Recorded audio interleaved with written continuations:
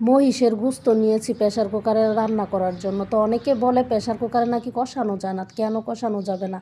আমি প্রেসার কুকারে এই যে কষিয়েও বসায় দিই, অনেক সময় মাখায়ও বসায় দিই। তো আমি মহিষের গোশতটা আজকে রান্না করছি কষিয়েই। কষাইলে কাছে মানে আমার কাছে একটু বেশি ভালো লাগে আর কি।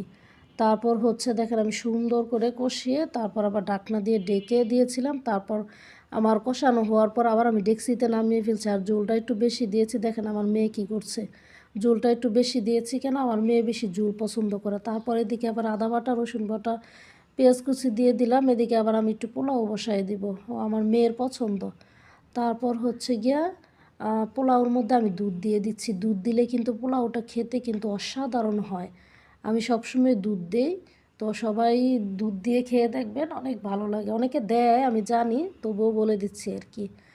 তারপর হচ্ছে দেখেন আমি পরিমাণ মতো দিয়ে দিলাম।